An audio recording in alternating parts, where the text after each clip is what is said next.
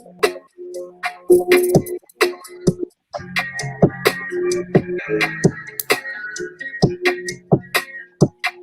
right, we are back in the chambers. I'm excited to talk to you all tonight. We'll give it a few seconds as some of our friends come through.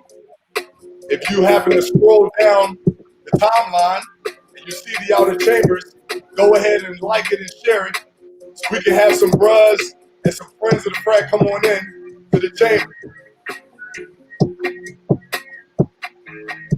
My name is Brother Quentin A. Brooker, Esquire. I am the 6th Spring 98, Mighty OE. Currently, I'm active in the Rho Beta Beta chapter of Houston, Texas, in the mighty 9th District. And tonight, I have a special show for you all, as I have my LBs here today, the Horsemen of Faith. I'm so excited to have them. I think tonight's going to be a good time. So as we get ourselves adjusted, and without further ado, I'm going to bring in these great line brothers of mine as we deal with, again, the issues of the day. This is a show for the bros and by the bros. So if you are a brother of Omega Psi Phi, we welcome you. Greetings. And if you are a friend of Omega Psi Phi Fraternity Incorporated, we welcome you as well. Come on into the chambers tonight. This is episode 8, Horsemen of Faith. And again, I am your host, Brother Quentin A. Brooker. I have my LBs here.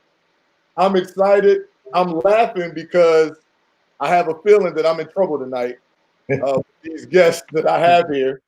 I already know what this is going to be like. I was telling the bros last week that there's really only one group of bros that actually can push my buttons and get me riled up, and that's these gentlemen right here.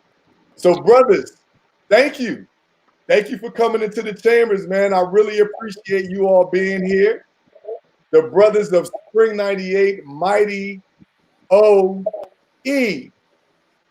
Bethune-Cookman College, now Bethune-Cookman University. Brothers, thank y'all for being here, man. I want to start by getting to know who you are. Introduce yourselves to all of our friends in the chambers so that we know who you are. So, good brother, who are you, good brother? Let's go in order. If I might be so obliged, let's go in order. Good brother, who are you? Well, I'm the ace star. It's Greg, the one, Spring 98, Mighty OE, Greg Drain. Currently living in Central PA. I'm from Miami, Florida. Pledged at the Bethune-Cookman College, now Bethune-Cookman University. And thank you so much for having us here. And it only took 8 episodes for it to happen. So that's pretty about time, right? I appreciate you, good brother, for coming through. That is my ace. Thank you so much. And as we continue throughout the line, man, what do they say? It gets greater later. Who is my next line brother that's here and present? Brother, who are you? So good afternoon, everyone, or good evening, I guess it is. Mike Johnson, number 4, Honcho, Spring 98, Mighty OE. Fabio, pleasure to meet everybody. I also reside in Pennsylvania, outside of Philadelphia. I'm trying my best to do my Philly impersonation in honor of QB. It's amazing how the dynamic has changed. He's in the South, and now I'm in the Northeast. From Jacksonville, Florida. Proud graduate, proud married baby from Bethune-Cookman. Excited to be here and ready to tell y'all everything that QB is not willing to tell y'all about him this time at Bethune-Cookman College. So I'm a past second vice grand boss, past second vice district representative, founder of a chapter, state representative in Indiana, committee chair lead. My fraternal resume is not what I would like it to be. I still have a lot of service to do, and I'm excited about being here tonight to talk to you all about Spring 98 in the outer chamber. So thanks, QB, for having us, And I'm gonna be quiet now because I get paid to talk, so I can do this all night. Appreciate my four for coming into the chambers. As they said, definitely well overdue. And as he mentioned, it's crazy because both my 1 and 4 were born and raised in Florida. And now they have both relocated their lives to the state of Pennsylvania, which is where I'm from. And so we have truly done a complete switch. And it's just amazing how I guess our life journey has taken us and where God has taken us. And I'd like to get into that a little bit tonight, which brings us to my front, my 5. Brother, who are you? You've been here in the chambers before, but you may need to reintroduce yourself if anybody doesn't know who you are. Certainly. Good evening to everyone, Brother Kelvin and Pofo. I am that 5, Spring 98, Omicron Epsilon, The Rock. And to my tail, QB, man, thanks so much for allowing us this opportunity to come together and share our stories. For the brothers that know, currently serving as the 2nd District Representative. As far as fraternal resume, former District Keeper of Records and Seal, former corridor or state representative, chapter bossless of 2 different chapters, and certainly when we were online, or I should say after we crossed, when we were on the yard, keeper of finance for the chapter. So it's good to be here. It's good to see all the LBs. And I'm looking forward to the stories tonight. Hopefully we remember we got to keep it G-rated, but we're looking forward to a good time. Thanks so much, Tail. Man, I really appreciate the brothers of my line being here. Certainly, I think it's going to be a great show. I don't think this is going to be a traditional show. We normally keep it around an hour. I don't know if we'll be able to do that tonight, but we'll endeavor to hold your attention as well as we can. And I'm quite sure that if nobody is watching, we'll still have a good time just amongst ourselves. Bruh, man, it's truly amazing. As I talk to you all off and on, and we kind of see where, again, we have gone since our graduation from college. Different places have done different things and have been blessed in many respects, man. It's just been an awesome experience to think back to 22 years ago when we were together in a frat house, the address of which was 512 Charles Street, Daytona Beach, Florida, 32114. Just so amazing, man. Do you guys have any just general comments about your Omega walk since we were together online 22 years ago, and where we are today? What are some of your general thoughts and comments about that? Anybody take it, man. Well, I mean, I guess I'll jump in. You know, just even as you was talking about that and reflecting on, you know, what was in front of us and us not knowing what was going to happen as a result of that. But, you know, most of y'all know, you know, I got to pledge with my best friend who's Mike.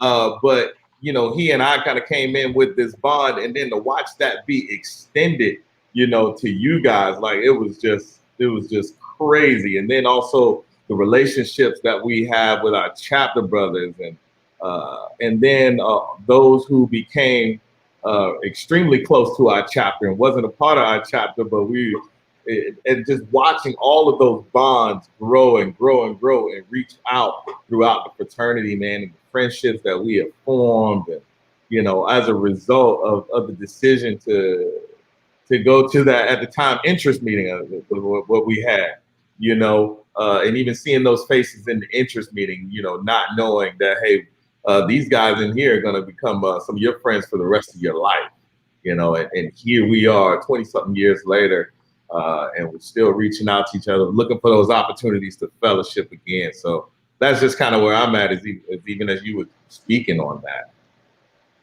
Yeah, man. That interest meeting was held February 6, 1998.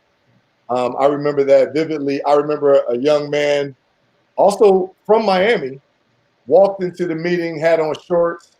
I didn't think that was a very wise thing for him to do. Needless to say, he's not here today. It's just crazy, man. Really, I tell people the story sometimes. I didn't know my 4. I didn't know him at all. I didn't know my 5 at all. I only knew Greg from class. We had a French class together. And certainly he stood out in that class, sitting in the front row and conversing with our professor in French, which was something that that he did even before being taught the lesson. So he stuck in my mind for being one that stands out. But we didn't know each other, man. We really didn't, besides the bond that you and Mike had together. And Mike, you know, you and Greg, I believe y'all were roommates. As you mentioned, y'all were best friends as freshmen, and continuing that bond through your sophomore year and then coming to the interest meeting. Reflect back on that experience a little bit, Mike, if you can. Oh wow! I mean, y'all, you want to know the truth, or you want me to lie? I want the truth. Man, we didn't. Greg and I, we saw the flyer, right? And we didn't talk about it like at all. We lived in the same dorm room. We didn't talk about it. So, you know, that night, I remember us both getting dressed, us both putting on shirt and tie, and you know, polishing our shoes and trying to make our best appearance with our fresh crease jeans suits from the dry cleaner on the campus. And we're both getting ready to walk out the door. And Greg turned to me, he said, "So where you going?" I was like, "Where you going?" and up until that moment, we never communicated about going to the Omega Psi Phi Smoker. We didn't talk about it. It was crazy because like everybody had their interest meeting the smoker on the same night, same time. And so we could have gone anywhere, but for us to be as roommates and the closest we were, we didn't talk about anything. So up until that 5 minutes before we walked out the door, like we had no idea where we were going. But ultimately, you know, our destiny was preset, and we knew where we were going, and you know, we ended up at the Omega Psi Phi Smoker. And interesting story, this almost didn't happen. You know, we don't tell this often, but this is the inner chamber. So you know, there was a moving to the next phase, and I almost didn't come. You know, how much of this can we say? Can we go PG? Like, how much you really want to know? Like, should we? I think you can share that story, Mike. I don't know how to share it without. Well, I mean, is the statute of limitation over? I just want to know. You got an invitation to continue to move on. Okay, so I got an invitation to continue to move on to the next phase, and Greg didn't. Our ace didn't, and I almost didn't go. I was like, well, hell, if he's not good enough for Omega Psi Phi, then obviously neither am I. You're leaving out, Mike. You're leaving out a lot of good stuff. So here's my perspective, right? Help me out. Jump in, please. Yeah, because I feel like this is some stuff I don't remember or maybe it was crazy because so we leaving the meeting, we getting ready to get back in the car, and it was like, hey man, we might well go get something to eat. So we jump in the car. We was about to go get food, yeah. And and then the person who to become the dean of the pledges came running out, and he was like, hey Mike, bring him too. And I was like, what? What are you talking about? Mike was like, yeah. They told me to they want you, dog. They won't. I'm like, you weren't gonna tell me? I was like, no, I wasn't. Like, no, I wasn't. If you weren't good enough, I wasn't good enough. And I was like, hey, that's loyalty. That's having, you know, faith in a friend. That's what it's about. And you know, I was at that moment, I had made a decision that, hey, if Omega Psi Phi and the powers that be want me but not him, then they can't have me. And that you know, continued to solidify our friendship, and you know, spoke to who we are as individuals. So it was an interesting journey, one that I tell you, I never take for granted, and I attribute a lot of my successes in life to these three gentlemen that are on the screen with me right now. We have some viewers in the chambers, and we're going to ask that all viewers in the chambers go ahead and pound on the like button and pound on the share button. This is episode 8 of the Outer Chambers, the show for the Bruz and by the Bruz. My brother Quentin A. Brooker, Esquire, 698 OE, and I'm joined with 3 very special guests, my line brothers, the Horsemen of Faith. Right now, we're just talking a little bit about that evening that we were selected to come to the frat house in Daytona Beach, Florida, some 22 years ago. Brother and Pofo, my 5, my front. Hey, man, you talked a little bit about that night in the first episode that you came here. And you talked about how you may have worn the wrong thing to the interest meeting. That being said, man, recount some of your memory of that night or that time. You know, just talk a little bit about that first day or those first couple of days that we came together. Yeah, well, like you've already alluded to, showing Sure. up to the Bruz Smoker with my high school Letterman jacket, and my high school mascot was a yellow jacket. So that meant that my jacket was black and gold. And before I could even get past the Bruz to go have a seat, after I was, I'll say, coached on what to do, the jacket came off. But afterwards, man, from there, then being told to meet again, and obviously it was more of us than what we have now. But it's been awesome, man. I mean, I don't know how far we want to get into, but just from that first meeting, my whole challenge was, showing up with my high school jacket, and so I learned pretty much from then on what I wasn't going to wear anymore. But that was the first time, and then of course meeting Greg, Mike, and some others, but mainly Greg and Mike. They even made some decisions for me, but I'm sure we could. I mean, just maybe one or two. Yeah. But no, man, it's been great. I'm ready to get to some more juicy stuff. So, Cotto 101, baby. Well, as we continue on, I want to share a photo.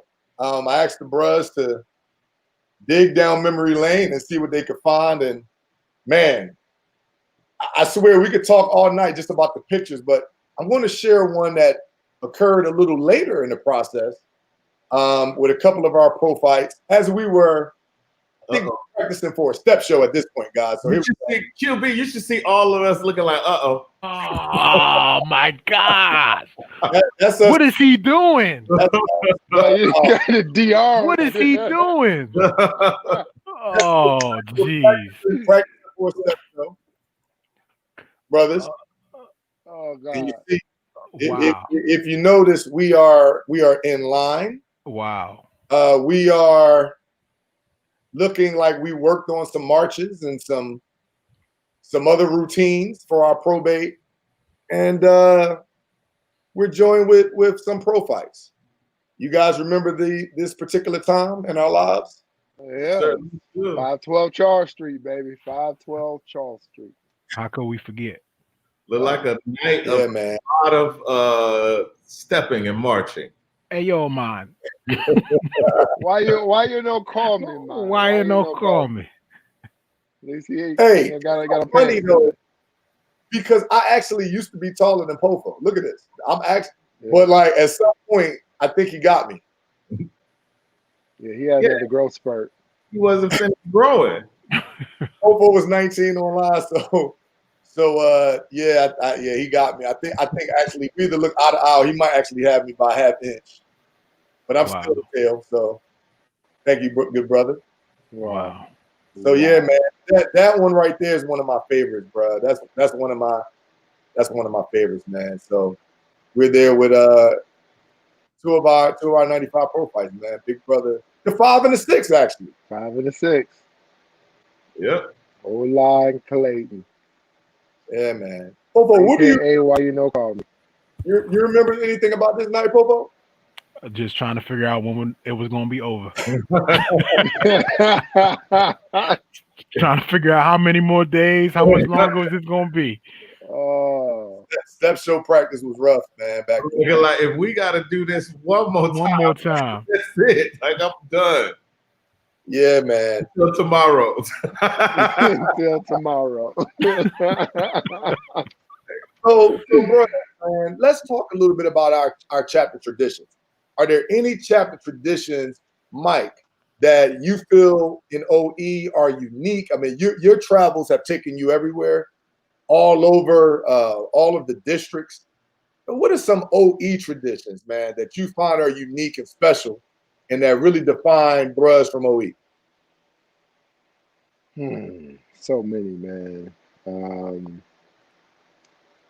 Oh gosh, Jericho, man. Okay. Jericho. You know, you can't find your way. You ain't supposed to be there. Yeah. I'm just gonna say Jericho. If you can't find your way, you're not supposed to be there. But so many traditions. I mean, gosh, man, we are in the spring break capital of the world. So, you know, just the tradition of being selfless and preparing for the hospitality for so many people who you don't know. Like every day, there's going to be a new brother who you get the opportunity to extend your friendship to, or extend your hospitality to. So just, you know, being in Daytona Beach, I think the thing that I remember most from a tradition from our chapter is being unselfish in how we prepare to take care of other people at the drop of a hat. You know, you never know people. You never know when people are coming. You never know how many are coming. You never know how long they're gonna stay. Some of them wouldn't leave.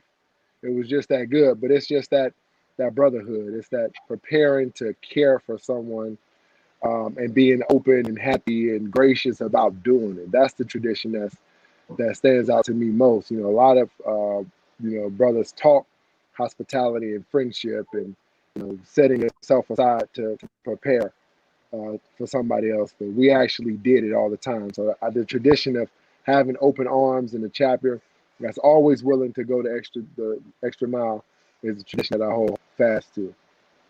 Wow, this picture was amazing. I mean, wow, this picture was special to us. You know, I pulled this picture. You know, you were talking about all of the visitors, Greg, Mike, that we have coming through just because of where we're located. Mm-hmm. And I think that's an awesome thing in and of itself.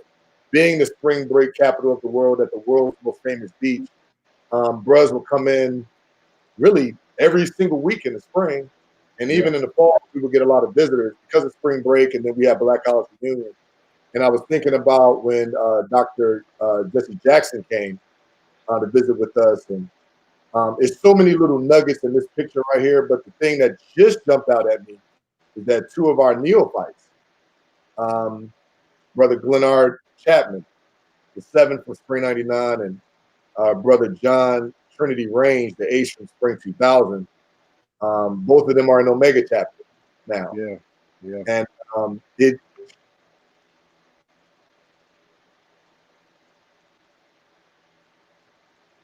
my bad, guys. It just hit me. Yeah, man. It just hit me. It just those two special brothers, man. That seeing all of them there. So I'll jump in on this while you get your composure, QB. So one of the things we had, and this was a '98 thing again. We we separated ourselves into teams for go on a road trip. We had the gold team, the purple team, and then we had the out team. The Q Dog team. The Q Dog team. So the gold team would go early. Like if there was ever district meetings, if it started on Friday, we were there on Wednesday. And we were literally setting up for the rest of the chapter to get there. Yeah. So, and the majority of the chapter was the purple team. Purple team would come, boom, they would be on time. and reflect and get there and do everything that they're supposed to be doing. And then we had the Q-Dog team, who literally just showed up at the last minute, if you will. So the Gold team was usually me, Mike, brother Glenn Chapman, or Omega Chapter, and also brother John Trinity Range as well, Omega Chapter. Now that's what the Gold team used to do. We used to go and basically set things up on the yard so that was the time wherever we went. That was just part of our strategy. So definitely missing those two brothers, because we would always find a way to get to the district meeting or whatever meetings, and also second vice grand. So we always had to get him there for those meetings as well. So we kind of took that on our back and that, but definitely missed those two brothers there. Yeah, man. Yeah, for sure, man. It just came out of nowhere, man, because we are a family at Omicron Epsilon, and like most chapters, I mean, I guess we're no different than anybody else from that standpoint. But the fact that we had a frat house, and when unfortunately we lost the frat house where we were made, there was a charge from our pro fights to go get another one. So that's what we did, and living together. For that time, it really brings you really close. And to have a frat house where brothers can drop by at any time and hang out, kick it, or whatever, it's really a special thing. So, yeah, man. Why y'all laughing about living together, Mike and Coco? What's that? Yeah, what happened, man? What are we talking about? Is this about Q's grooming habits that we all hated?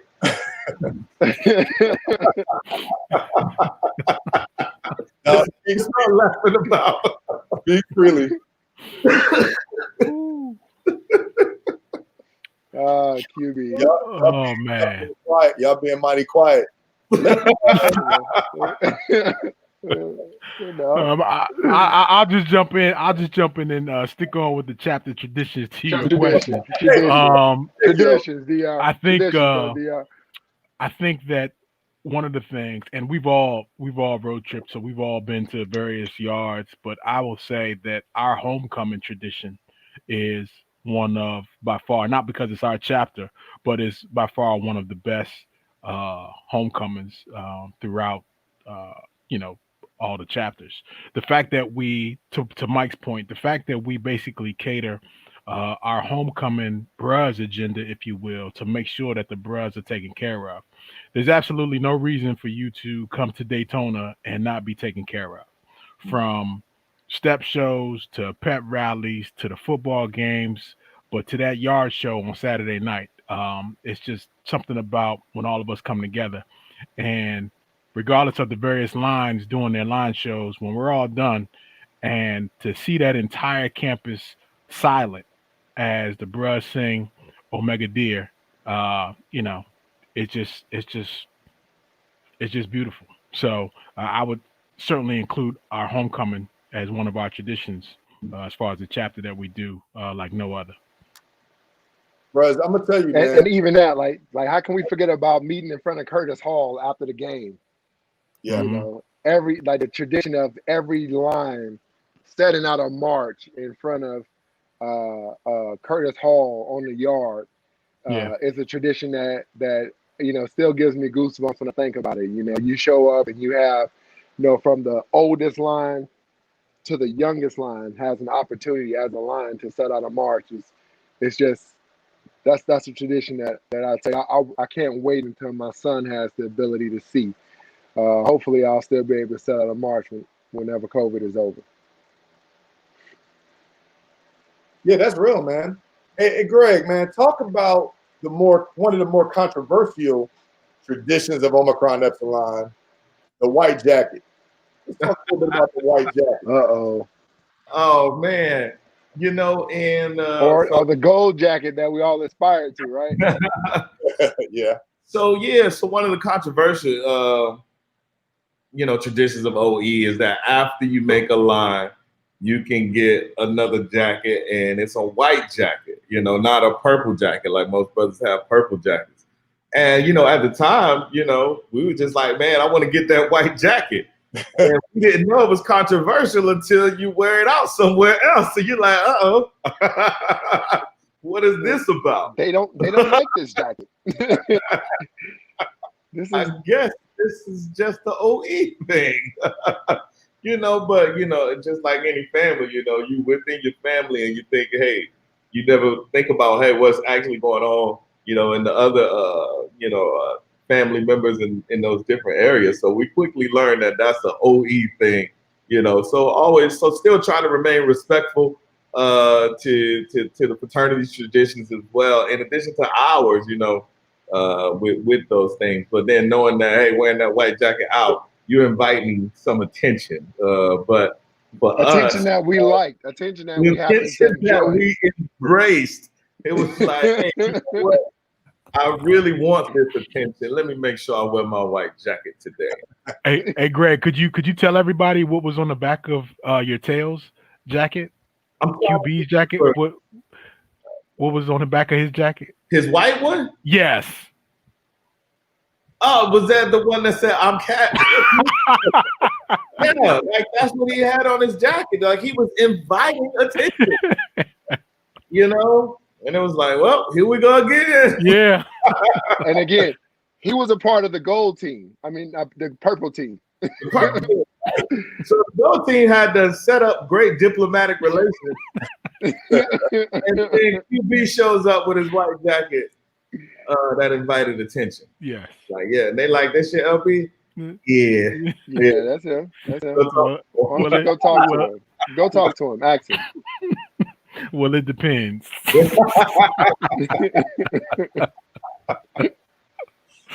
Bruh, it's just so amazing because, again, just flipping the color through some of the pictures. One of which was one of those good friends that we talked about earlier, that was not made at OE, but that hung out with us all the time, and some of the funny stories that went along with a particular road trip. I can recall a road trip to Jackson, Mississippi. I believe it was in 2000. And we kidnapped the good Zaza brother. Zaza. The six from Spring 95. Zaza chapter. We kidnapped him. He was in graduate school at Embry-Riddle. Duck. Phil was his name. Duck.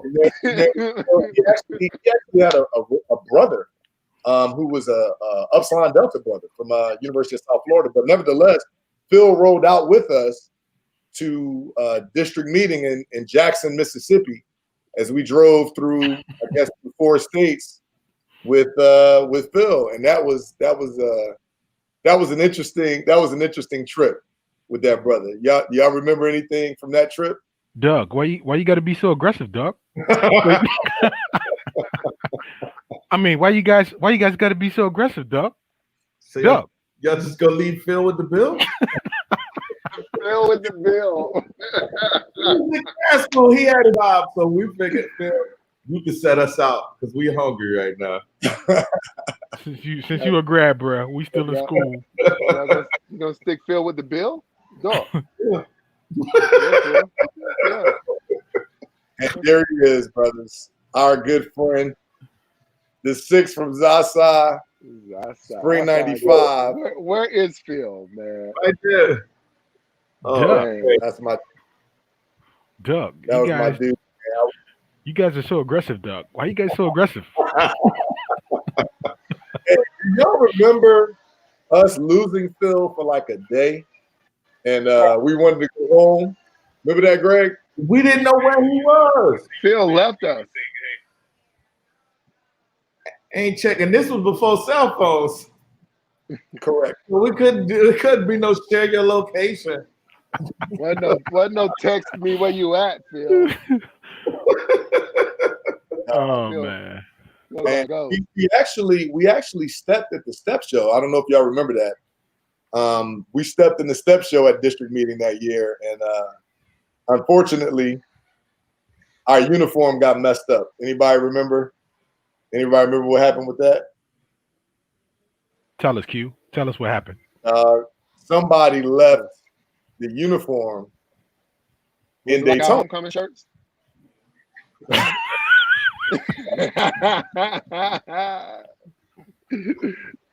messed up. Somebody left our uniform. Go. But the gold team went first, so the purple team should have double checked. That's a good point. No, y'all don't remember. This was also during Q's video era, so he was taking video of everything. I still have it. He took a video of that road trip. I got another picture of Phil. That's him, right in the middle. Mm-hmm. Yep, that's Phil. Phil used to be out, man. He used to be with us. Shout out to Phil. Yeah, Shout out to man. Phil. All right, what's next? So Q was videoing the whole road trip, right? And he doing commentary. And man, Q was real upset with me about leaving them shirts. I had went and watched the video later, and he was going in on me. So I inserted my own commentary in the videos as well. I would never forget that. That was hilarious, brothers. That was a good road trip, man. I feel like Chulo was with us too at some point. Yeah, probably was. It wasn't meant So to many times he was. Correct. So can I tell y'all a unique story about that one? So remember, we went to that district meeting and we really made a name for ourselves while we was there. Yeah. How about 18 years later, one of the brothers that I met there ended up moving to State College. And we had remembered each other from that encounter right there. And he's really one of the close brothers that I talk to almost every day now. But he distinctly remember our road trip to his yard. Yeah. Man, I mean, that's a good topic right there, Greg. I mean, road trips, and I mean, since we talking about Phil, we might as well talk about that road trip to Zaza if we got time, Mr. Director of the show. Please share. Hey man, listen, you guys know what it is. I mean, Greg and Mike was in the band. Q at this point in time, you was on the SGA, so you was sitting up in the fancy press box. It's just me and Spring 95. And we at Zaza. I mean, you know, for what we could talk about here, it was a good time. And we met our Sands there. And all of them. Hey. Hey, it was a good time. But also, man, let's go back to homecoming. We forgot something about homecoming. Yeah. We talked about the yard and everything. But let's not forget, man, how we set everybody out with the homecoming meal, right? At the football game, right? The tailgate. So, I mean, it wasn't just bros. That was everybody. Everybody. The good times. Yeah, that is an epic tailgate in the sense that we feed so many people. I think for many, many, many years we were the only fraternity that did anything to that magnitude. I don't even remember other fraternities even cooking or setting people out or anything like that. I can remember one year our DP, and shout out to the 10 for Spring 95, Mighty OE, Ahmad, Rashad Ramsey. I can remember him throwing chicken because people got to understand, Daytona Beach has a lot of swamp. So being in Florida, you never know what's going to come up out of the water. I remember Ahmad throwing chicken bones in the water, and there was an alligator in the water, and he was trying to bait the alligator to come onto land, and everybody was like, "Oh my, chill out, man!" And it was legit an alligator there. So I mean, for those brothers that have never been to Daytona, it's just an awesome thing because, like I share with people from the 9th D that have never been to the Phil Cookman, our chapter is a set out chapter. I mean, if you come and if you're a good brother and go through your little conversations and all of that, we're gonna take care of you. At the end of the day, man, we're gonna set you out. We're gonna take care of you, and that was something that was instilled in us. And what we do at homecoming is just an example of that. And we also started the OE satellite set out. So even if you're on a road trip and you good, we'll take care of you on a satellite, on the OE satellite set out. So There's a couple bros that have benefited from an OE satellite set out. Haven't been in Daytona, but because they was good, they got taken care of by the OE bros on the road trip. Absolutely, brothers. I want to get into your roles in the fraternity. I mean, I think one of the most awesome things about what I'm so proud about you guys is the things that you've accomplished. Um, of course, the fraternity, but also professionally. And if I may, if I could take some privilege here, I want to start with Mike. Because Mike really set a tone for leadership within our line. Doing it as an undergraduate, big things, and he alluded to it and mentioned some things earlier. Brother Johnson, man, share with us, your journey to leadership in Omega and some of the things that you've accomplished. Um, so let me first start by saying um, I'm just a humble servant, right? So I never thought about what I was doing as it being larger than life. I always thought about being just doing service. Omega Psi Phi was very near and dear to me. Omega Psi Phi helped change my life. Omega Psi Phi gave me a new direction. Omega Psi Phi set the bow of the ship of my life in a direction that was much different than anything I had experienced as a young man growing up. So, given the opportunity through Omega Psi Phi, my first leadership was I was given the ability to be the bosses of our chapter at Omicron Epsilon, and the men that you see on this video conference entrusted me with leading us as a chapter that was coming back to campus. So from there, I very quickly became involved in the district level leadership. I became the second vice district representative and was given the ability to work with Chucky Wilson, brother Chucky Wilson, who was at my immediate left in this photo, followed by brother Lloyd Jordan, who was the Grand Basilisk 35th Grand Basilisk. And there you see, brother Quentin Brooker to the left of Lloyd Jordan. And this was an opportunity where, the leadership was developed and I was honed and had the ability to think at a larger scale. So I served as second vice district representative for 2 terms, leading into the Indianapolis conclave. And I was able to, again, have the trust of the brothers from the undergraduate contingency to become the second vice grand basilisk.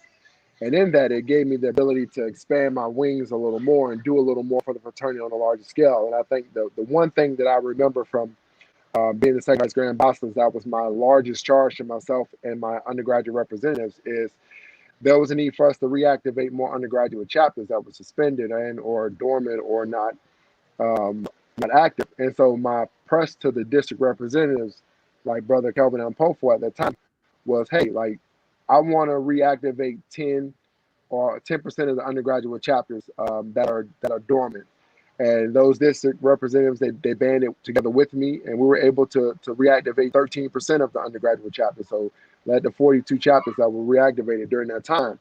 And for me, that was my way to say thank you to Omega Psi Phi for everything that it had been to me, was to give other young men the opportunity to experience that experience. And in that, it led to a lot of road tripping. Gregory, brothers from the Mighty OE, we got on the road. If there was an opportunity for us to go somewhere, for the district needed me to go somewhere, or the fraternity needed me to go somewhere, I did it. And so I had the pleasure of being the 36th second vice grand basilisk leading to the Charlotte conclave, and it was amazing, and it just set a tone for what I wanted to do for the fraternity. And my line brothers, like they were the driving force. They were the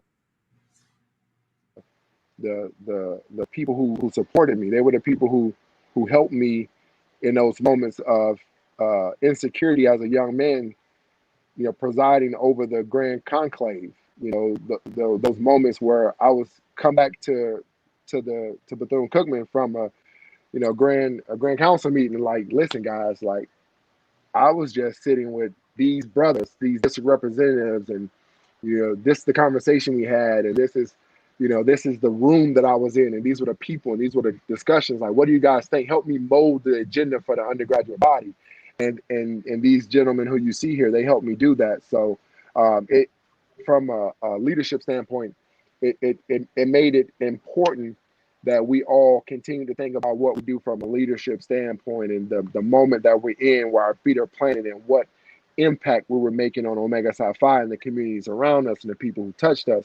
And so what you see here, where Gregory starting at the Ace going down, Gregory moved to Pennsylvania, and he became the Boston and reactivated chapter in State College, Pennsylvania. Our brother District Representative Kelvin Ampofo, I mean, his fraternal resume is amazing. What he's been able to do in the second district, and giving and pushing and holding to the principles of Omega Psi Phi. And Brother Quentin, district counselor, and things he's done down there in the ninth.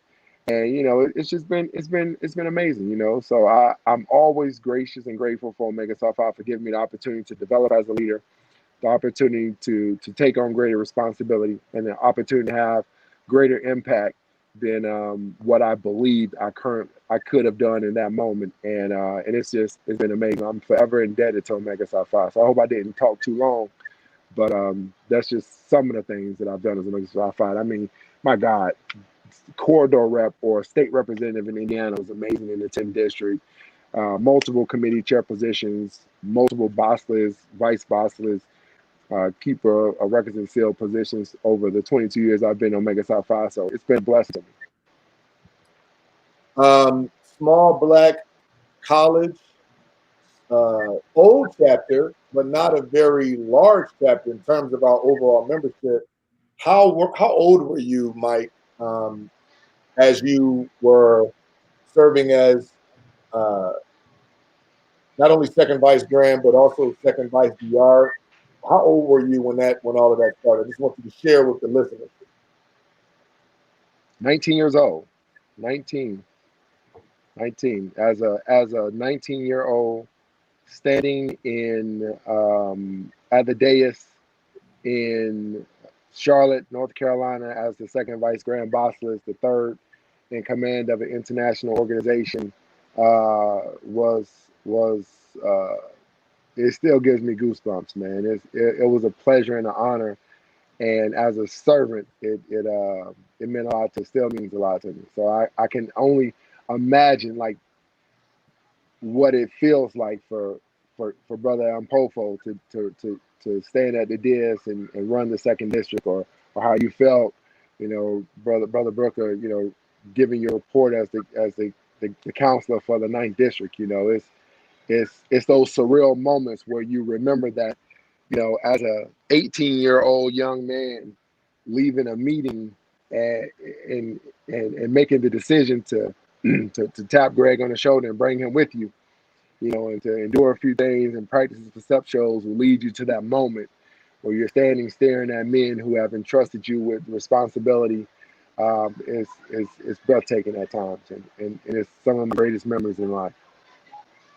We are in episode 8 of the Outer Chambers. Excited to have my LBs here. Right now, we're just kind of talking about their journeys through Omega leadership, with some of the experiences that they've had. I want to go over to my ace, Gregory Drain. Doctor. I wrote it in there, but we haven't said it tonight. Not a surprise to me at all that he accomplished this academic feat, but certainly worthy to be stated out of our mouths tonight. So, Dr. Gregory A. Drain, good bro, tell us a little bit about some of the wonderful things you've accomplished. I know you don't necessarily like talking about it expressly, but I think it's important for younger brothers and older brothers and younger friends of Omega to hear a little bit about where you are and what you've done in Omega, and perhaps it could be an inspiration to others. So please share with us some of the things that you've done in the Psi Phi and some of the things that you've done professionally. Well, yeah. So, professionally, I'm currently the director of athletic bands and marching band at Penn State University, our Penn State Marching Blue Band. The Blue Band I am the 6th director in the Blue Band's history. The band is 125 years old, one of the first black band directors in the Big Ten Conference. So, that's kind of part of some of the, I guess, accolades, if you will, and even sometimes saying, hey, I'm one of the first blacks, and that's a mixed feeling that I have at times, to where here it is, 2020, and we still haven't first African Americans in certain positions. Wish it wasn't the case, but I hope that's certainly not the last that of another African American serving in a role like this one. But for me, just being a part of Omega, I came to Penn State as a graduate student, and then being here with the single letter chapter, new chapter, with a rich legacy, man. So that was just a whole new thing for me, seeing a chapter that's like, the only 10 years younger than the fraternity, and understanding the history that was here, as a part of New Chapter, and how proud they are to be a single letter chapter. So it was a whole nother experience for me, and also, of course, bringing my OE road trip spirit with me. Yeah. So I had to tour a lot of Pennsylvania, and understanding what Omega is here in Pennsylvania. Immediately joined the graduate chapter when I got here, and it was a brand new graduate chapter at the time. So always served in the chapter, and after some time had passed, became Basilis of Iota Lambda Lambda, the graduate chapter here. But always working very closely with New Chapter. The brothers here, man. If it wasn't for the brothers that was here, those New Chapter brothers, man, I would not have been successful at Penn State, man. They literally held me down, man, and kept me encouraged, and also, being able to have those friendships, because I came from a total different region, and just some of the cultural difference, but being able to lean on the brothers of Omega Psi Phi, man, was super important to me. But yeah. Recently graduated with my doctorate degree, and that was quite a feat. But going through that process, and then just knowing the cardinal principles of the fraternity, that manhood, scholarship, perseverance, But then also after that, the uplift aspect of this, there's now an additional African American marching band director in the Big Ten, and he was my former assistant, and that's something that I'm very, very proud of. So really have been focusing, this next phase of my career in helping to prepare other Black music educators to be in these roles, and sharing, all of the knowledge that I have, and the things and lessons that I have learned, in that regard. So really, I feel now at this part of my career, I'm really pushing even more and focusing on the uplift aspect, now that I have some credibility within the field, and that has been an important piece to me lately. I think that answered your question. I went all around that one. I think it's important, and that's really what I wanted you to share with us. I mean, I just think it's amazing. I mean, you're from Miami, Florida, which is over 1,000 miles in distance. Yeah. From State College, Pennsylvania. Certainly, you left the state with the intentions of getting an education and seeking opportunity, being accepted into the program at Penn State, immediately becoming invaluable to the previous band director, Dr. Bundy, and ultimately being his successor. I think that is an amazing story, and I'm so proud to tell it whenever I can get an opportunity to. So I appreciate you sharing a little bit from your perspective. Tell us what's been the most difficult part for you in transitioning from being a Floridian to now being a Pennsylvanian and being the director of bands at Penn State. Well, the first transition was the cold. I had never seen snow, man, till I got up here. And I was like, what is this? Well, the first day, it was cute. It was like, oh, look at this white stuff falling from the sky. And then being in central Pennsylvania, after that first one fall, it don't stop until 2-3 months later. So you're sitting in the middle of, it's late March and it's still snowing. And you like, when the heck will this end? So that was a huge transition for me.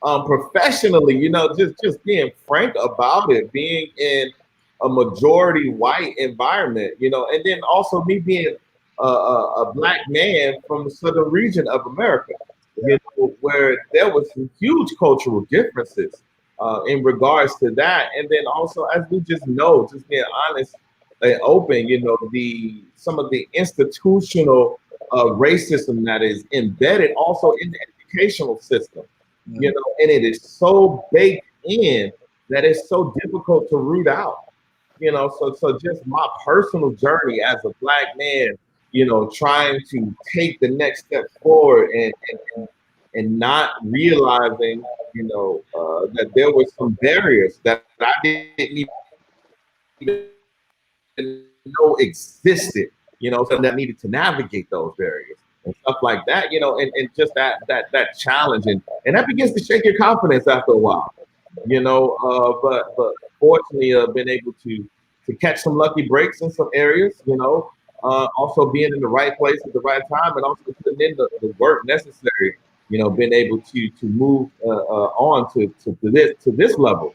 And as I shared, you know, now it's important to me to make sure that there's more that are able to follow in this path. So even for me, I've really been focused on looking at recruiting graduate assistants to come and serve in a role just like I did. And I've been targeting folks from historically black colleges. You know what I mean? To get these folks, make sure that the opportunities are there, so that, you know, so there's another, you know, Greg Drain. Who's the next to come through, and making sure that we afford those opportunities. And I'm, as they say, I'm unapologetically black in that area. You know, hey, this has been an area that we all know needs some attention, and just because of my experience, because I think I'm able to hone in on that and use the relationships I have in the black community to bring on, you know, those the next generation of black directors that's going to be at a majority white university. This is episode 8 of the Outer Chambers. I'm Brother Quentin A. Esquire with my LBs today. This episode is entitled Horsemen of Faith. That, of course, is the name of our line, and there's a reason why.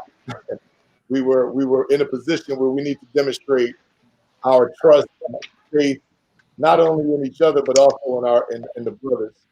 It brings me to my 5, Brother Kelvin and Pofo. I often tell people, Brother and Pofo, that when I thought about you in school, I always used the fact that you always seem to have the keys to every building on the campus of the university.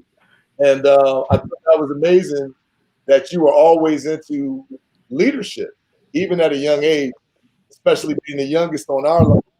You always seem to run things and be in charge. So it was no surprise to me at all that you're now district representative in the mighty 2nd District. Tell us a little bit about some of your leadership experiences, a little bit about your path. Well, I'm glad you started with our 4, because regardless of what we had before we met each other and before we started this journey, Mike definitely was the genesis of Omega leadership, as far as I'm concerned. And watching Mike, you know, grow and develop as a 2nd vice district representative, watching him as a 2nd vice grand bossless, and you know, I know he didn't mention it, but it's only because he's had, you know, so many opportunities to demonstrate his leadership. But when I saw our line brother on BET representing our fraternity. I forgot about that. See what I mean? You see what I mean? I said, wow. I said, not only is Mike special, not only is Omicron Epsilon special, but Spring 98, the golden 50th, we are special. And so, you know, watching Mike and, you know, watching Greg do his thing with the band and Q watching you do your thing with the SGA, I mean, we just all had our ways to demonstrate exhibit, you know, our leadership. Um, I can tell you all these discussions that we've had about leadership is certainly great. But we can't, and I hope I'm not shifting on you as far as your topic, but we certainly can't, go by this evening without at least bringing up, the issues that are faced right now in our nation. Mm. This blatant disrespect for black people through systemic racism and the killings of innocent black people. Yeah. It's time for us to utilize our leadership skills and find a way to address these topics. And I believe that the first thing we've got to do, the first thing we've got to do is we've got to come together. There's too many of us, trying to hurt one another, trying to cause. It's time for us to Say it again.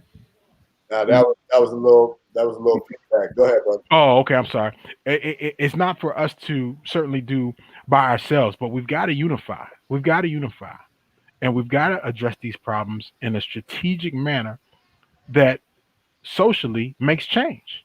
And I mean, we can have all the greatest ideas and we can talk, but until we come together, and let me be specific, until we unite, we're going to have, challenges. And unfortunately, we're going to continue to face things that we're facing. And I'm just sorry to say,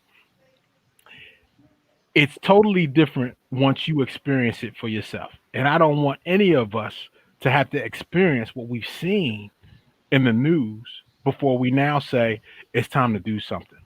So I believe with the leadership that we've demonstrated, and for those of us that are in these positions, we've got to utilize this time to significantly address these issues and make strides to make change. But as we do that, before we do that, we've got to come together. We have to be united. We have to be together.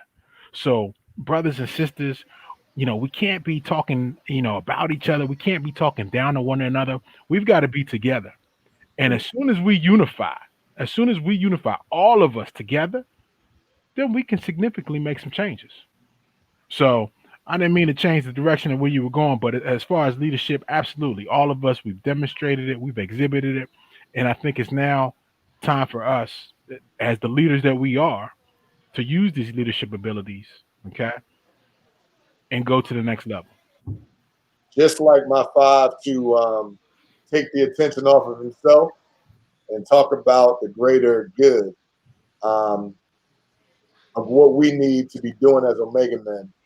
Man, I really appreciate that.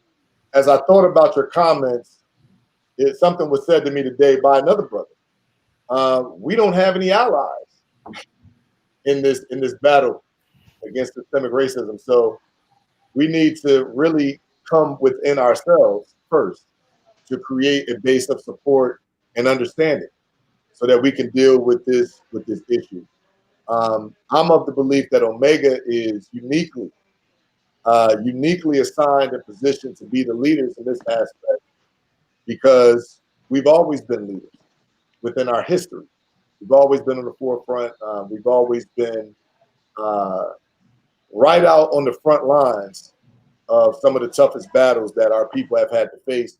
Certainly our organization was established with friendship in mind, but also with the uplift of Black community. Brothers, I want to make sure that we acknowledge, as we like to do on the Outer Chambers, every week, this week in Black history. I'm going to go ahead and just give you a little information about our history as a people. This week in Black history, let's go to September 3rd, 1838, guys. September 3rd, 1838.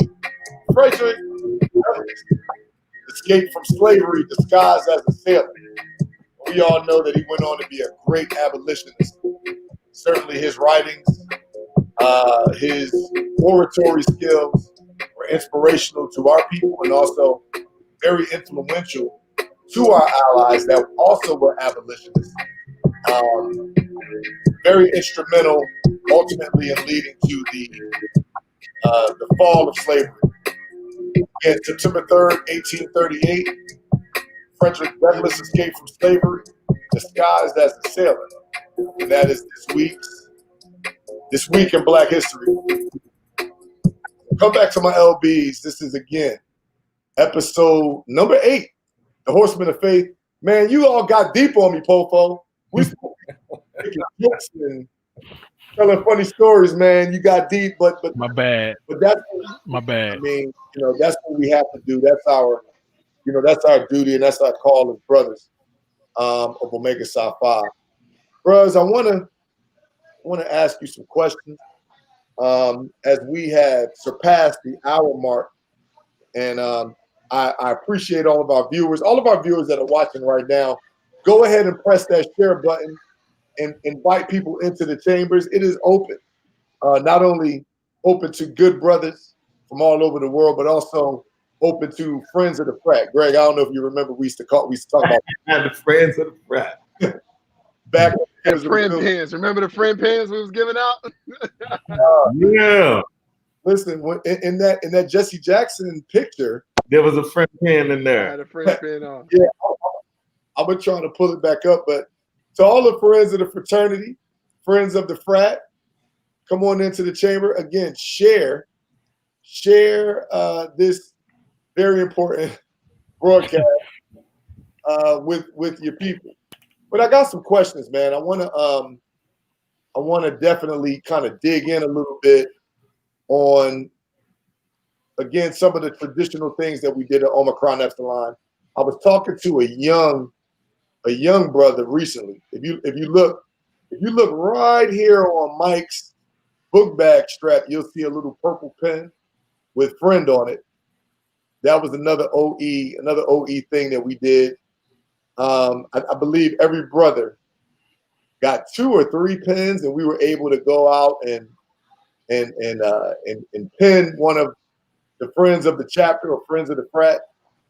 And if you had a pen, the idea was that you were able to get into our events free that week, because I believe we did that during Omega Week. Yep. You were able to get in for free. And the idea was that if we only get a few of them, people that had them would be envied across the campus. It would cause a stir, and people would ultimately want to come to our events.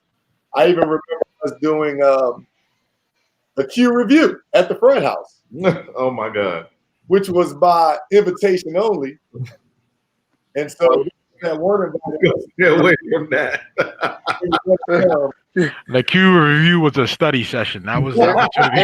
It was a poetry slam. I mean, you would come, we would do poetry. Yes, literature study. Your memories after 22 years are a little different than mine. But I don't know what you was doing when you were studying. But I want to be clear, I was in charge of parking cars that day. Why don't you tell our viewers about Black College Reunion? How did Black College Reunion shape the? Did you see Brother Dion's face? How did BCR shape the culture of Omicron Epsilon? What are some of your quick memories of BCR as we come, unfortunately, close to the close of the broadcast? Can I go first, Ace? Can I go first, Ace? Go ahead, Brother Dion. Let me say this. Black College Reunion. Let me give a shout out, if I can, to Delta Alpha, because the Sorors of Delta Alpha, they did a phenomenal job. Way to go, Popo. Yes, they did a phenomenal job of helping us, because during Black College Reunion, they would be on the beach, and if they ran into any brothers that had not come to check in with the OE brothers, they ensured that those brothers made their way back to the frat house. So that was a great experience with Black College Reunion because of the fellowship, meeting other brothers that didn't know about the frat house, and so we got a chance to talk and meet each other. Check-in process. Yes, indeed. Yes, indeed. Once you got to Daytona. Yeah, So you go straight to the beach and then you try to, holler at Delta Alpha and then they say, did you check in with the OE bros? And they, They know you huh? here. Oh, yeah. They know you So here. shout out to Delta Alpha. All right, Greg. Let me talk about the Black College reunion and its relationship to OE. Mm-hmm. Clean in the chicken. Clean in the chicken. Man, we were eating hundreds of pounds of chicken for the brothers, man. Go get some Endless chicken cleaning. Those Sunday morning breakfast. If I never see another leg quarter in my life, I will be okay. I still don't grill. I still don't grill leg quarters. I don't touch leg quarters, thanks to OE. Hours of cleaning that chicken. I literally said the same thing last night. Like, I don't want to see another leg quarter. Bruh, this is when I knew we had cleaned Go ahead. Bruh, 4 cases of chicken the day after we went over. I don't know if you remember all of that. 4 bags to a case. I believe it was like 30 pieces in a bag. Bruh, that's a lot of chicken to clean within a few hours to get ready to put on the grill. And that was at 512 Charles Street. Congratulations, you made it to Omega. Here's your first 4 cases of chicken to clean. That was something else. Yeah, I don't grill leg quarters, and I don't drink Old English 800. Why not, Mike? Why don't you drink OE? Old English 800 is the official malt liquor beverage of the mighty Omicron Epsilon chapter of Omega Psi Phi Fraternity Incorporated. If you visit Omega Psi Phi chapter Omicron Epsilon, you will drink Old English 800. You may not drink it with me at this point, but you will drink an Old English 800. God. No doubt about it. I remember one BCR, man. You want to talk about epic? We had the 6-bedroom frat house. 164 Edward Street. On Edward Street, which was a gem of a find. Shout out to Mike and Greg for getting that together for the brothers before we got back to Daytona. Rent was like $400. Where are those places now? Yeah, they don't exist. 6 bedrooms. Let me see. How many bathrooms? 5 bathrooms. 5 3 points of entry. Big old kitchen. Big old front yard. Big old backyard. Yeah, it was perfect. And I can remember a year where we hosted. Man, we always hosted a lot of bros, but one particular year, man, we hosted a lot of just people. We had some sweethearts in there. We had some Deltas from somewhere. I don't remember. We had some young ladies from Clark, Atlanta that just came to stay. Bruh. And then Ghetto came. and Ghetto, my man. Then Ghetto came, Kai Chapter brother. Believe Ghetto was 94, the ace. Yeah. Caused a lot of problems, man. And caused a lot of issues. Yo, I was so blown when I found out that Ghetto was a middle school teacher. I was like, no,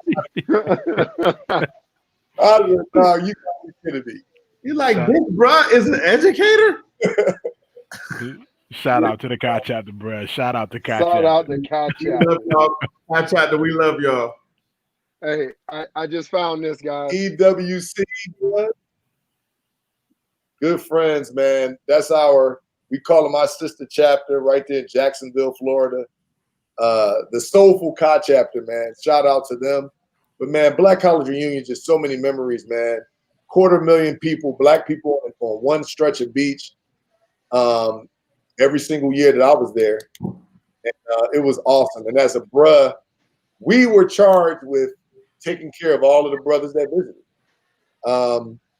Just an awesome experience, Greg. It was. And I think you're referring to the time where I think Mike had a meeting to go to.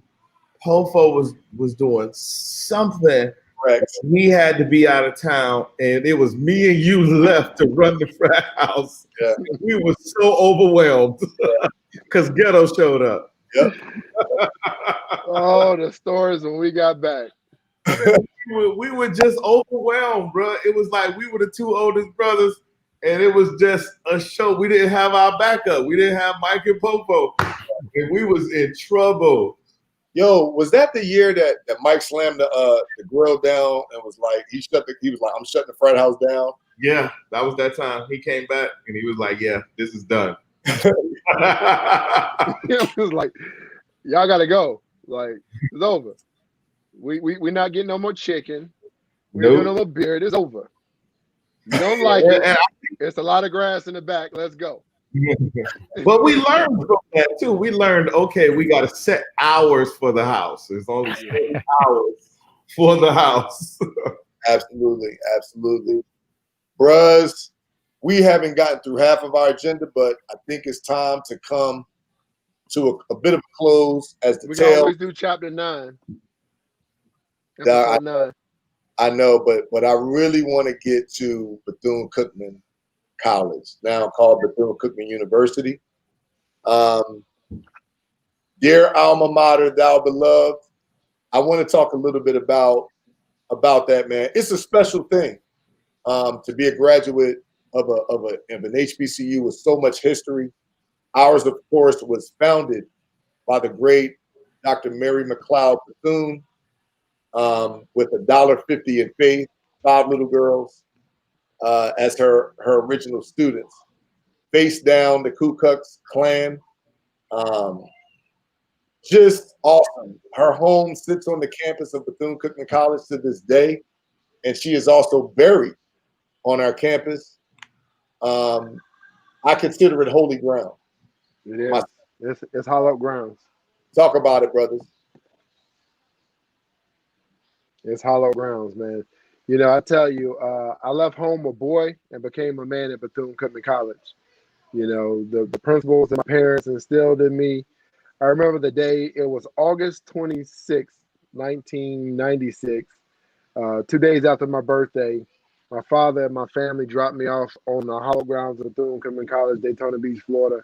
And the last thing my father did before he got back into his vehicle was he gave me his Bible, earmarked at Proverbs 22, verse 6, train up a child in the way he should go. When they get old, they will not depart from it. He gave me his Bible. It was earmarked there. And he said, son, I've given you everything I have to give you to succeed at this point. I've instilled the values. I've given you the morals. And in the next 4 years, you're going to develop your identity. And little did I know that the principals of Bethune-Cookman College or University College at that time would instill into me and make me the man that I am today is the reason why it's hallowed grounds. That faith that she had, that $1.50, those 5 girls planted a seed that later would lead to the exemplary leadership that you've heard about tonight. These men that you see, and that happened in that little spot in Daytona Beach, Florida. So it's hallowed. It's holy. It's sacred. It is where a piece of my estate will go to when God calls me home and this tree falls. That's something else that we should talk about is how we're planning for our estate in relation to HBCUs. We'll talk about that at another time. But absolutely, a piece of my estate is going to it because without Bethune-Cookman College, now Bethune-Cookman University, I would not be experiencing the life that I experienced. I would not have the level of friendship that we have here between us 4 gentlemen. And, you know, it's absolute blessing in my life, man. So I'm going to stop talking about the hollow ground as Bethune-Cookman College because it has meant everything to me. And Greg, man, you were president of our band. We didn't get to talk about that. The outstanding marching Wildcats. Seems like it's the marching 300 at this point. Bro, talk about that tradition, that spirit, that culture, and how it relates to our experience as graduates of Bethune-Cookman. Man, you know, I mean, just like any band, the band brings morale. The band brings the community together. you know, and having such a tight knit community that we had at Bethune-Cookman, of course, the band was right at the center of that. And I'll be very honest, the success that I am having now, 10 band director, is directly linked to my experience as a student in an HBCU band at Bethune-Cookman and being a marching Wildcat. There's no question about it. The things that I do now, you know, with my band, it's, you know, again, comes from my roots, you know, of being there. You know, not that we're trying to be an HBCU, but it's just like a chef. You know, if you got a chef, you know, if they're of Asian descent or whatever descent, you're going to taste those seasonings that they grew up on in their food, no matter what it is. And that's kind of how it's been for me. But then the other part that I just want to mention about being at an HBCU, now that I went to a predominantly white university and now I also work at one, what I realize now is the cultural education I received at a Bethune-Cookman, where, you know, of course, we had so many black male teachers, black female teachers, and they were giving us the tools that we were going to need to survive as black men, you know, and in this world. And so I think that was such a valuable piece, you know, to that. And then this last thing I just got to say about Dr. Mary McLeod Bethune. Man, I told y'all I just finished my dissertation, and I did a dissertation on the first all black Navy band. And I'm doing the history, and her name pops up. And I just started digging even more. She does not receive half of the credit that she deserves as a black woman of huge influence during that time. Like, she was linked to pushing the racial agenda in the militaries, to desegregate the military, and all of those things that were going on. And it just blows my mind that this black woman was able to do and advance our agenda in America so greatly. Answer to learn, part serve is our motto at Bethune-Cookman. Brother Ampofo, talk about, you know, your interaction, your experience, and whether Bethune-Cookman had any impact in you departing to serve and doing the business and the work, not only of Omega, but also in the communities. Did Bethune-Cookman have any effect on you in that regard? I mean, absolutely. I think one of the things, always the students, it's one aspect of it, but you can't forget the faculty and staff. And you know, although my situation was unique, uh, Dr. Bronson and I, we had many conversations, and so, just interacting with the faculty, and then allowing them to impart knowledge, impart wisdom on you, and knowing that it came from this sacred institution, it certainly has played a role, made a difference, and you know, absolutely. And to Greg's point, to Mike's point, I mean, absolutely. People got to do their research. They've got to do their history. They got to understand all about Mary, so you can understand Miss Mary's kids.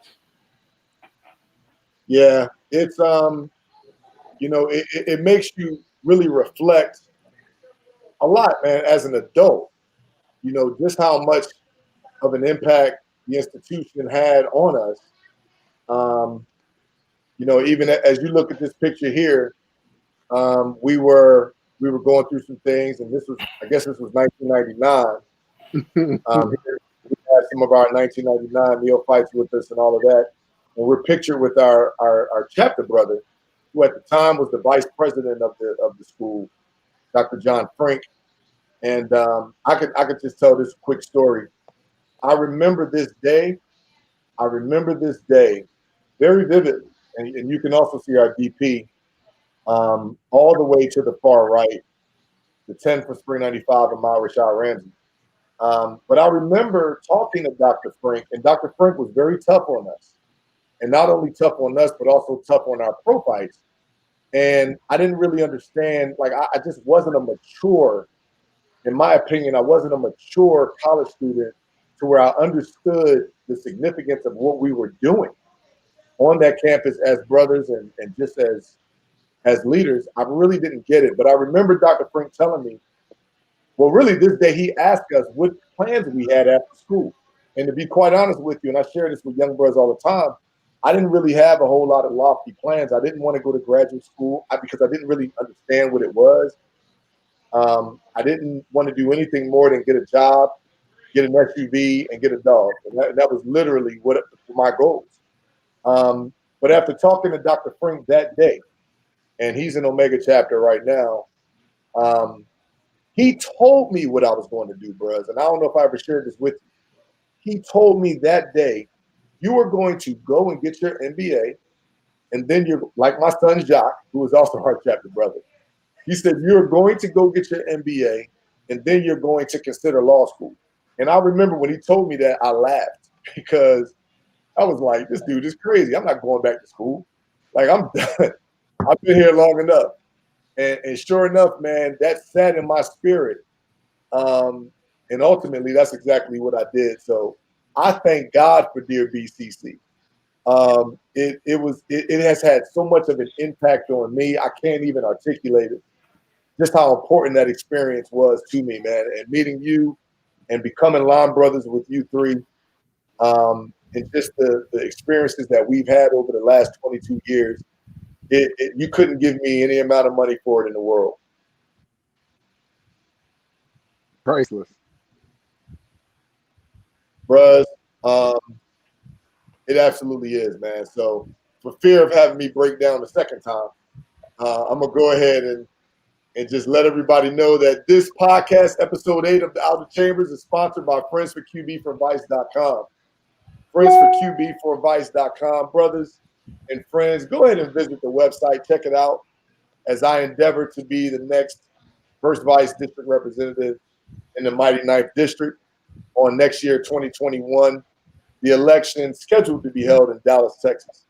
So again, this show, episode 8, is sponsored by friendsforqbforadvice.com. I wanted to tell the brothers that Sarita said that you all did not buy any raffle tickets for Khalid's football season this year, and that she said that you ought to do that before the raffle is over. So that's from our Sands, the 8th Spring 98 Mighty Row Alpha chapter at Westchester University. Just pass it on the message. Right? Okay, so let me pass on the message. Phyllis said that y'all haven't bought any jewelry. So y'all need to buy y'all wives some jewelry and go to Phyllis's website and get some jewelry. Let me pass on the message that as the head coach of the Warrington Warriors, Langston wanted me to tell y'all that y'all didn't donate to his purchasing of the team's practice jersey. So sponsorship is available. Cash out me. I'll send you the 501c3 receipt. Appreciate it. Upon doing that. Greg? Let me pass on the message. You remember that time I had loaned you that $20? Yeah, I'm gonna cash app it to you now. I'm gonna cash up to you right now, bro. When you get this out the way. So I'll tell Sarita, tell Kylie that the tickets are coming. It's on. It's done. It's done. Yeah.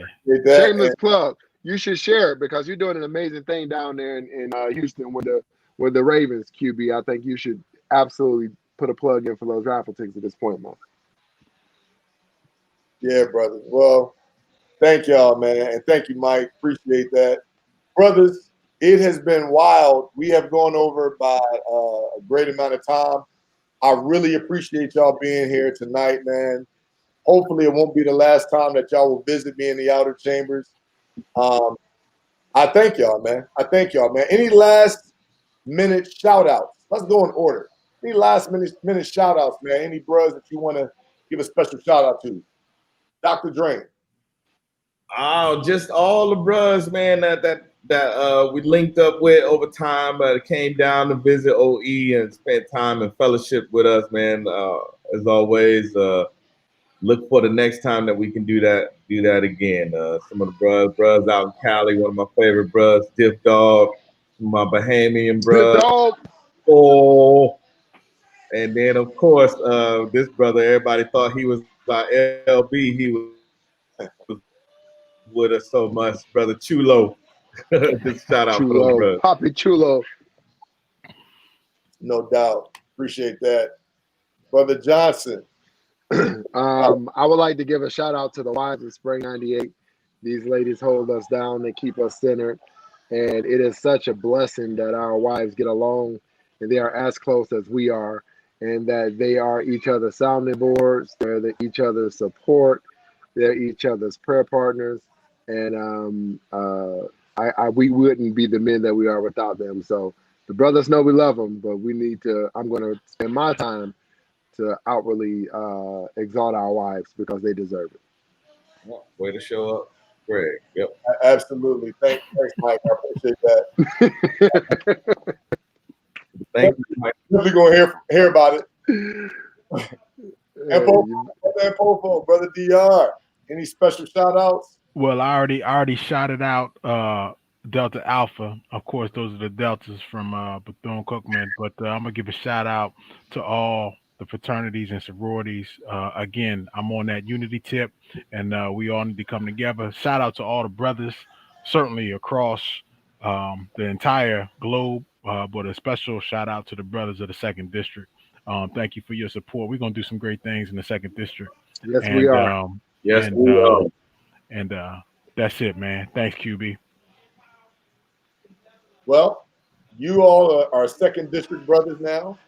I'm the only one all by myself in the 9th District, but it's all good. Shout out to all of the good brothers of the mighty 9th District, all of my good friends in Arkansas, Louisiana, Oklahoma, and Texas. Thank you for your support. Shout out to the brothers of the mighty OE, the 84th chapter in this fraternity, and definitely, man. Definitely.